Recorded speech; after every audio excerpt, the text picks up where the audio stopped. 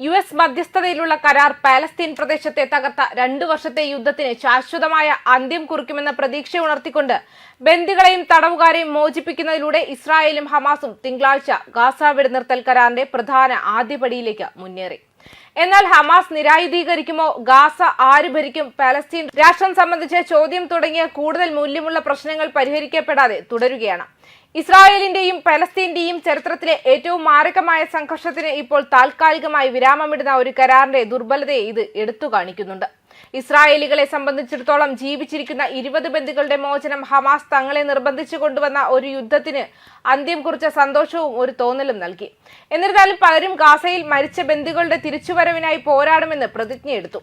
എന്നാൽ ജീവിച്ചിരിക്കുന്ന ബന്ദികളെ മോചിപ്പിക്കുന്നതോടെ യുദ്ധം അവസാനിപ്പിക്കാൻ പലരും ആഹ്വാനം ചെയ്യുന്നതിന്റെ ആവശ്യകത കുറയുകയും കരാറിന്റെ അടുത്ത ഘട്ടങ്ങൾ മുന്നോട്ട് കൊണ്ടുപോകാൻ ഇസ്രായേൽ പ്രധാനമന്ത്രി ബെഞ്ചമിൻ നെതന്യാഹുവിന്റെ മേലുള്ള സമ്മർദ്ദം കുറയുകയും ചെയ്യും.